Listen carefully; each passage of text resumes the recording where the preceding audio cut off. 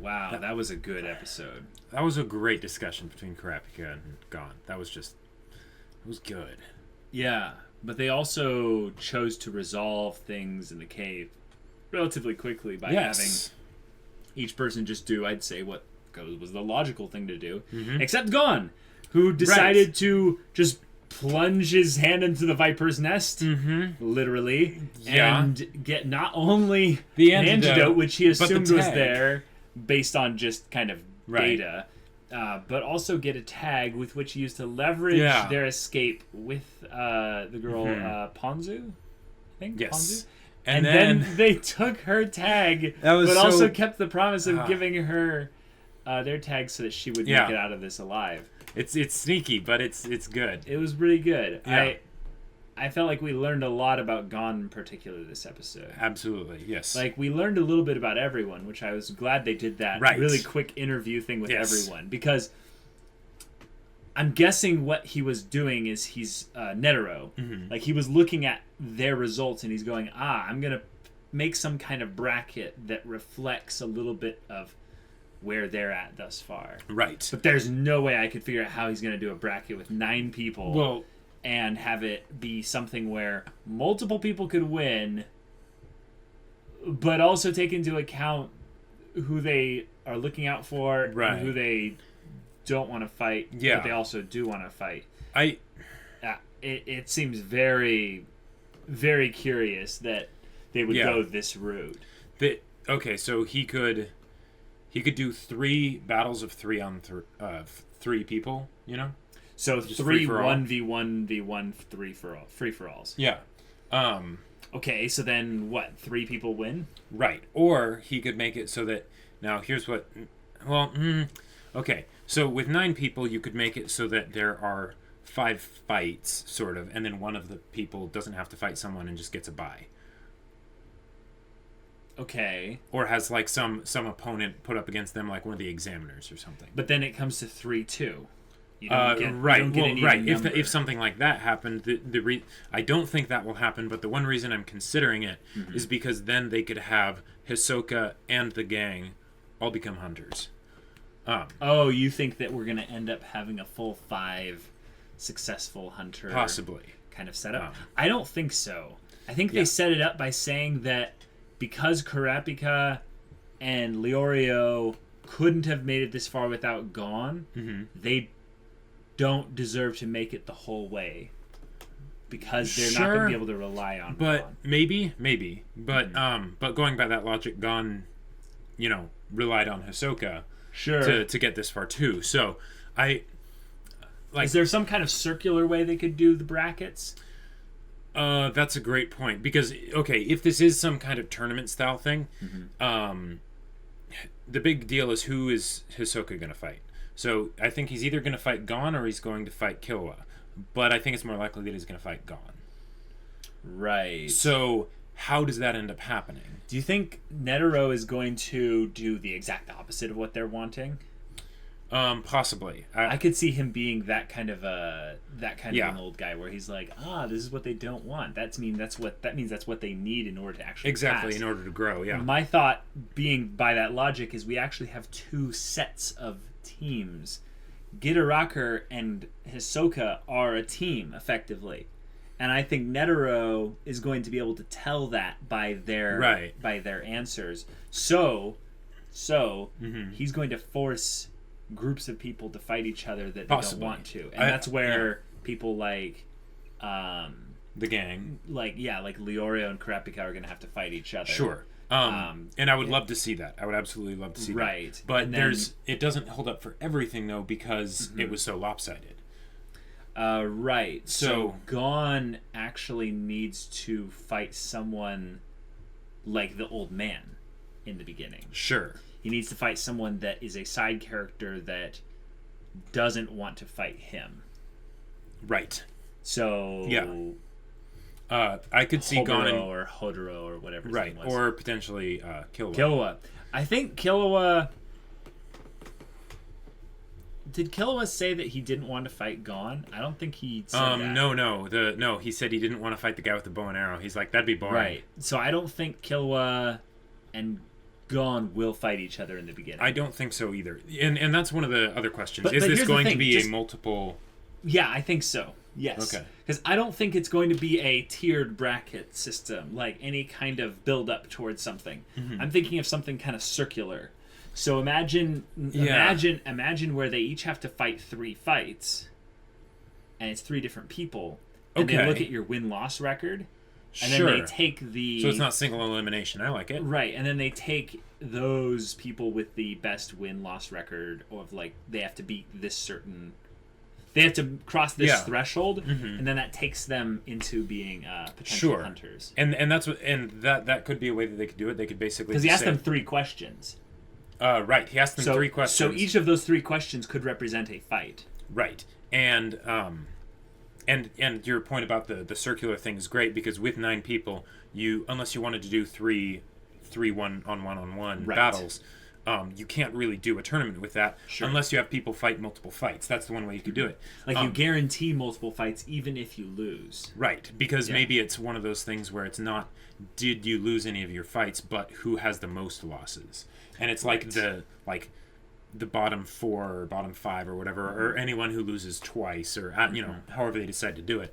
Those are the people that end up getting cut. Yeah.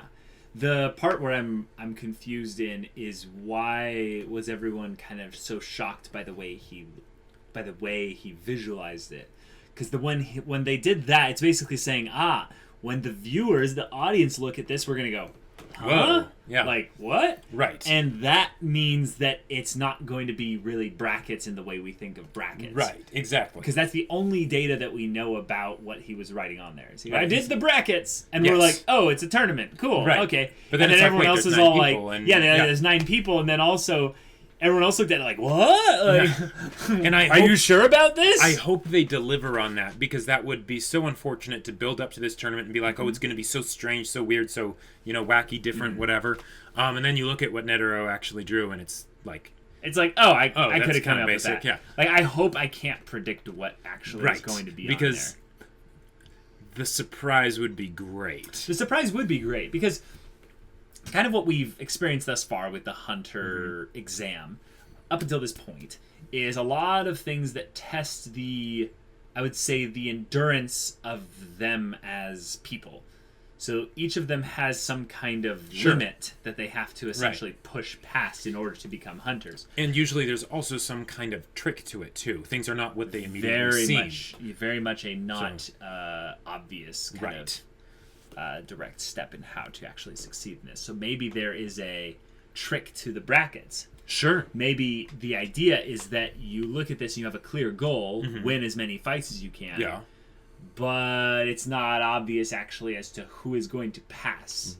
Right. Like what if they make it so that the brackets are very obvious and they look really weird, but people will go, this doesn't seem right. Like I don't...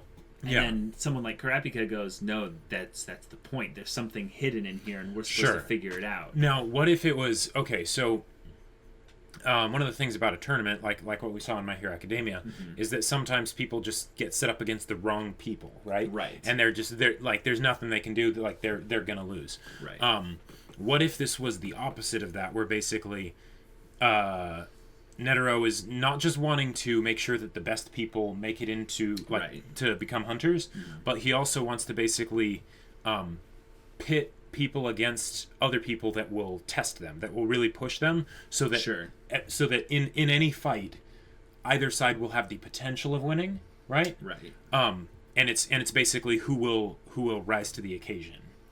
Yeah, I could definitely see it being a thing where he is conditioning these matchups very specifically. Right. And he has the ability to do that because there's such a small number of them. So if you were to match this up, what fights would you say need to happen? Like which one? If we're doing this in a 1v1 format, Gon and Hisoka is the primary one. That's just the easiest one to say. What would you say are the tier 2 ones where it's not Leorio and as Karapika. Okay, cool. I agree. Gon and Killua. Really? Or Killua, yeah. Really? Yes. So it's maybe not one of the ones that needs to happen, but I would love to see it happen. 3. Okay, yeah, that could be tier 3. Yeah. And another one in tier 3, I would say, is Hisoka and Gitarocker. I don't. That one I think is tier 2. I almost think that, but like, yeah. Because it's the rule of cool character on both sides that both aren't the sole main character, essentially. Right, yes. So you get the feeling that while Hisoka and Gon needs to happen... Killua Hisoka. Ooh, Killua Hisoka. That, yeah. Yes, that does need to happen. Because tier 2. That's tier 2, because I would say with that one, you have the rule of cool... You truly do have the rule of cool people from each side. Right. And it's really something where you don't know who is going to win. Because they're both so good. They both have been doing rule of cool stuff. Well, here's the thing. We don't know who's going to win, and since this might not be an elimination-style bracket, right, we extra don't know who's going to win because... Yeah, exactly, because no one has plot armor, basically. Right, but Hisoka doesn't need to win so that he can fight Gon, story-wise. Yes. Hisoka could lose to both of them, or maybe he loses to Killua, but he beats Gon or something. And Gon could lose to Hisoka, but still pass the exam because he fights someone else. Good point. That means Gon could fight Killua and lose, right. And then... that would... Kind of okay, stuff. Imagine how much that would suck if Gon was, like, the one person that failed the Hunter exam. I wouldn't be so disappointed with that. I wouldn't either. I'd just be curious to see how they'd handle it afterwards. Here's another thing to think about. We don't fully know why the Hunter's exam is so important in the rest of the world. Yes, that's true. Right. Like, we don't know what Hunters fully represent. Right. And what they do after they win. So let's say Killua becomes a Hunter. Right. But he still wants to be friends with Gon. Uh-huh. Will they just never talk to each other, interact with each other again? See, I don't think so. That's how it works. Right. Especially with what Hisoka said about once you have a hunter certificate. License. So this license, yeah. So you can kill people without without repercussions. without getting in trouble. But here's the thing: I originally thought that this was an exam to basically get into hunter school, where they would be taught what it means to be a hunter. Maybe that's still what it is, but just that you get your hunter license as soon as you pass the hunter exam. All right, you're officially now a hunter, and we'll teach you what that means. I think it's like a special visa. So basically, this visa lets you into specific things, and then you go, I want to learn specific types of things for hunters, and you go, do you have a license? Yes, I do. Exactly. I actually think that the reason why Hisoka wants it so much is because of the value associated with it, and the fact that he could maybe pass it on. Like, the idea that this license is something that's immutably yours seems a little bit kind of wishy-washy. Like, what if there's this whole culture out there that is like your Starport visa, from KOTOR, and it's like, we're going to switch the names on this. Oh, Hisoka's? No, this isn't Hisoka's hunter's license. This is someone else's. Sure. And that's like I could see a way that. for him to, get some things done. But if it is just more like a license, then that means they could very easily have some people in the gang become hunters and some people not, without having them split in the story. And that is something that I would be very much excited to see, because then you can see how, succeeding or failing affects each of them and their interactions with each other. They might be jealous because that person made it and they didn't, or, maybe it becomes like cliquish or, whatever. I could see also some characters getting written out if they just don't pass. That would be a very ballsy move on the part of the writer. And if they do that, way to go. Not saying written out permanently, but they just won't be involved in the next bit of story. Like 20 episodes or something, Another thing to think about is we've had Hanzo make it all the way here. I really like his character, and I don't know if he's going to be used as a punching bag in the coming bracket system, or if he's going to be, someone that actually does pretty well. Right. Here's why I don't think he's going to be used as a punching bag. They haven't built him up to be a badass. No, they haven't. So, because of that, I would say he's kind of safe. Yes, but that means he's probably not going to win anything. He might not win. But I think he deserves to win. I hope he wins. I think he's one of those side characters that would just be really fun to have around in the story more often. Yes, absolutely. I think you're right, Jacob. I think that the exam kind of whole thing that we've been going through is not going to lead up to them just instantly becoming hunters. They're going to become hunter trainees, basically. Right. Yeah. But it won't be a school. This is not that type of show, I think. Right. So I think this is going to be the type of show where they'll go and travel the world and have like little things that they'll do to gain like notoriety as hunters. Sure, because it's like, okay, you're a hunter, but you haven't done anything yet. So. Right, they need to get some notches on their badge. Exactly, right. Yeah. All right. And that would be a very really excited fun to see show that. to watch, because there would be this new set of adventures that they would constantly go and experience as they go to different parts of the world. Right. That means that it could be like go into, and now don't hit me for saying this, but they could go into something episodic, or they could go into something where they have like a bunch of small arcs that are basically different missions that they do, which could be a great way for them to do world building and character interactions and things like that. I think it's going to be a little bit of both. Probably a bit of both. Yeah. Because they could have episodic stuff within the individual arcs. Right, exactly. But have the general focus or goal be around a specific mission or some new characters that are brought up. Yeah. But the only thing I hope they don't do is just do like ridiculous time skips for no reason. Sure, yeah. And just assume things to have happened off screen. Right. This seems like the type of show that really takes its time in that regard, so they don't do a time skip. They just actually show that stuff happening. Yeah. Which is do it very very exciting, because they've handled themselves very well so far. Well, they have, and they've also shown there have been what the type slow of parts, show they are. So yeah. The thing with Netero I'm confused of is, like, is he actually strong, or is he a goofy old man? Okay, so here's what I think. So Hisoka was like... He's the leader of the Hunter Association, or what have you. And any old man that leads, an organization where the young heroes go to train must be a badass to some degree. Sure, but Hisoka was like, I want to kill you. Like, right. He has this, like, bloodlust thing. Yes. And why is it that Killua and him both have that moment where they're like, I could have killed that old man or something. And I think they totally have no idea what they're talking about. What was it? There was a Star Wars book I read where it was talking about someone who was basically watching Boba Fett on Mandalore, and they were saying, like, he seems way too casual for like a leader of this warrior people. And they're like, wait a minute, is that because he's actually just like a bit of a slacker, or is that because he's so secure in his power that he isn't worried about like if people approach him with weapons or anything like that? Because sure. I could seeing it like that. He is the venerable, kind of quirky master that is able to be quirky because... Right, but then when he is in an actual legitimate threat, he will go full-on God mode and just wipe everyone out. Right. I could see that being the case. I just want them to build up more characters like Netero and show more pro hunters that are actually, like, good hunters. Right. I'm not going to say that the examiners are bad, but I don't feel excited about any of them except Netero. Right, exactly, because there's the robot-looking guy, and he hasn't really like shown anything other than that, like what he can run. Yeah, he felt actually threatened by Hisoka, in my opinion, which makes him pretty weak, just as far as things go. And then there was the pro hunter who eats a lot, and the pro hunter who cooks a lot. Don't really feel excited about. And then the pro hunter who is the slime. Yeah, the green thing. Like that.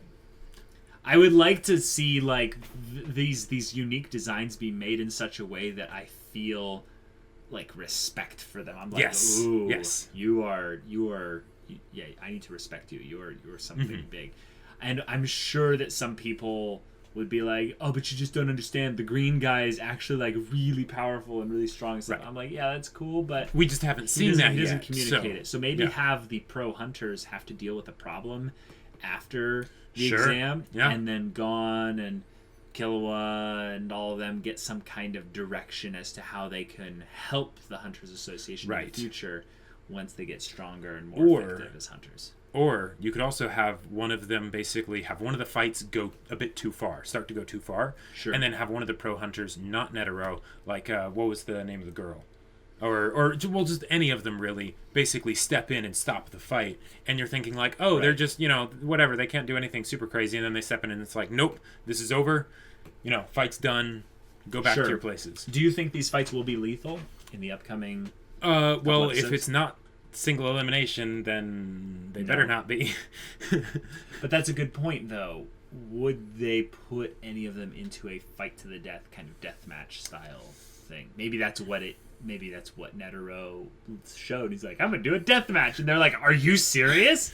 Well, they haven't. Okay, I don't think that's what it's gonna be, because they haven't worried about any of them dying up until this point. But this is the last portion. This is the last portion, so that could have changed things, and they're like, whoa, hold on. Even if they don't pass, they could be hunters next year or whatever. That's true. That is a distinct possibility. Yeah, but I think because also Hisoka, he was kicked out probably before the last exam in the last year. Probably, yeah. So, and they change it every time, so it's not necessarily a tournament for the last phase. That's true. But yeah, so I don't think it's going to be something where it's a death match, because I don't think that would have elicited very much of a very big reaction from the other examiners. Good point. Then I really have no idea. Me neither. Yeah, I gotta say though, you were right. The one of the standout moments of this entire episode was Gon and Kurapika talking. Oh yeah, we need more of those. That was really good because there were like really good pauses. Yes. Where they weren't really saying much, and we were kind of weighing the words of what the previous person that spoke said. Yep. And Gon's little bit about really feeling so helpless, but he was mad that he just couldn't do anything. Right. But when he was actually talking to Hisoka, he said the thing that, he won't have is someone owing him. And that's just interesting for, I think Gon's 12 or something. Yeah. To have that concept of, not wanting to feel like they owe someone something. Sure. Gon gets more and more interesting the more we know about him. And there's things that he can do that are pretty intense, and I'm sure that's just tied to some of his innate strengths and power or what have you. But it's these character moments where we go, oh, buddy, it's okay. Like, it's okay. Like, it's okay. Like, we all have moments where we feel helpless and powerless and can't do anything. Mm-hmm. But Gon really, takes some of these things to heart, and I think that's some of the things that we might forget about Gon is he is a kid, and he does internalize a lot. Sure. But we're not really seeing what the effects of that internalization is. Maybe that's actually what makes his character so interesting, is that he actually gets vulnerable and talks about the things he internalizes later on, and we get to see a more mature kind of Gon that's not as sure of himself about everything. And that's amazing, because it's showing a main character that is flawed and has struggles and stuff, and that makes us identify with them way more. Yeah. And the fact that they made Kurapika be the one that he was opening up to, I really like that as well, because Kurapika so far, I forget who it was that said it, but maybe it was the Archer guy, but saying that Kurapika is the most balanced out of all of them. Like he kind of has this sort of monk sort of exterior where it's all right, he is Zen. I am at one with the universe. Right. Because I don't think Gon necessarily would have been able to open up like that to Killua. No, but I think he might have let Killua know, not from a pride sense, but kind of a thing of I had to deal with Hisoka, and it was awesome, but he beat me, and that sucks. Right. And Killua's like, I'll just get him next time. And he's like, Right, but it wouldn't be exactly. It wouldn't be a full disclosure. Right. So I gotta wonder, if Gon, kind of internalizes so much, what are the other things he's internalizing? Sure. His dad leaving? Right, I get the feeling that he's the kind of person that puts a positive face on things because he thinks that's the best thing to do. Sure. When he's actually maybe not really able to put a positive face on everything. That would be really interesting if they did that. Because the thing that he seemed the most kind of oddly positive about was that his dad left to become a hunter. And if he's actually internalizing it in a negative way, but he's putting out the idea that everything is okay, that's he's actually becoming a hunter because he's looking for answers, or just any reason. Yeah, we don't know. But that is a good point. We need to reevaluate a bit of why Gon is doing what he's doing, specifically with becoming a hunter. Yeah. Good point, though. They didn't actually ask Gon why he wanted to be a hunter. Or they didn't ask most people that question. They just asked Hisoka that question. Right. And Netero probably asked that because he knew he would get an interesting answer. Yes, he did. And we learned a lot of Hisoka this episode as well. We did. Yeah. Yeah. Hisoka not wanting to fight Killua because he's been watching him. And kind of having that little bit of worry. Mm-hmm. So he doesn't want to fight Gon because Gon's not ready yet. Gon's not ready yet. But I wonder if like I know Hisoka is not Gon's father. I know. Oh. No. I'm serious, Jacob. Like that's the dumbest theory I've ever come up with. But one of the things that I want to bring up is when this show started in the very beginning, a lot of people recognized the kid as being related to that man. Like they're like that That's guy. true. And I always wondered, like, why aren't any of the people is bringing that that guy? up here? No, why is no one bringing that up? Like Netero's not bringing it up. No one's bringing it that's up. a good point. So I'm thinking potentially Hisoka knows Gon's dad and is like, you, I want you to become a hunter so that you can go and actually get connected with your dad. What I assumed it was is that basically the people that recognized Gon were the people from around the village, right? Sure. Or on the ship. So they basically realized that, like, since millions of people apply to be hunters and only, a handful end up winning, they basically realized, like, one of the people that won the hunter exam, like, you're the kid of the one guy from over here that actually won. Yeah. Oh my gosh. Like, I can totally see it now, Yeah. That would make sense too. I just wonder if Gon's father being a hunter is actually a big deal with people that are attempting to be hunters as well. Sure. Also potentially the hunters in the exam. Right. He actually finds out that Netero is his father. No. But having the idea of Gon's father be someone out there that maybe we already know is something we should maybe look at, like maybe in 20 or 30 episodes or so. Sure. I kind of look back at it again. It's like, has there been any characters that we've been introduced to here? Like, your character is surprisingly blank for now. Right. What could be filled into that? It's like 40-something male that is mysterious and strangely powerful. Yeah, exactly, and has black hair. Right. Because the hair color must match. Must match. It's a very common rule. Like, who cares if they actually look alike? So, in it's anime, like, it's just if they're who do you hair. think that is? Oh, Gon's dad. Hair. Gon's dad. Probably Gon's dad. Oh, look, it's Gon's dad. Oh, wow. I never would have guessed that. Yeah. I think that's basically it for this episode. Yeah, though. I'm very excited for the next one. Like, to see now what exactly because they Netero did the came mystery up with. thing again. They're They like, did. We're not going to show you what it is, but it's like, ooh, the thing, and they're like, what is the thing? J.J. Abrams would have a blast with this show. That mystery box element. Okay, guys. Well, if you want to watch the next Hunter x Hunter episodes, go check out the link in the description below for our Patreon's early access. Also, get on the Discord. You can chat with us there and get involved with our community there. It's pretty cool. All right, guys. We'll see you later. But until then, we're Semblance of Sanity. I'm Caleb. I'm Jacob. And we'll see you all next time.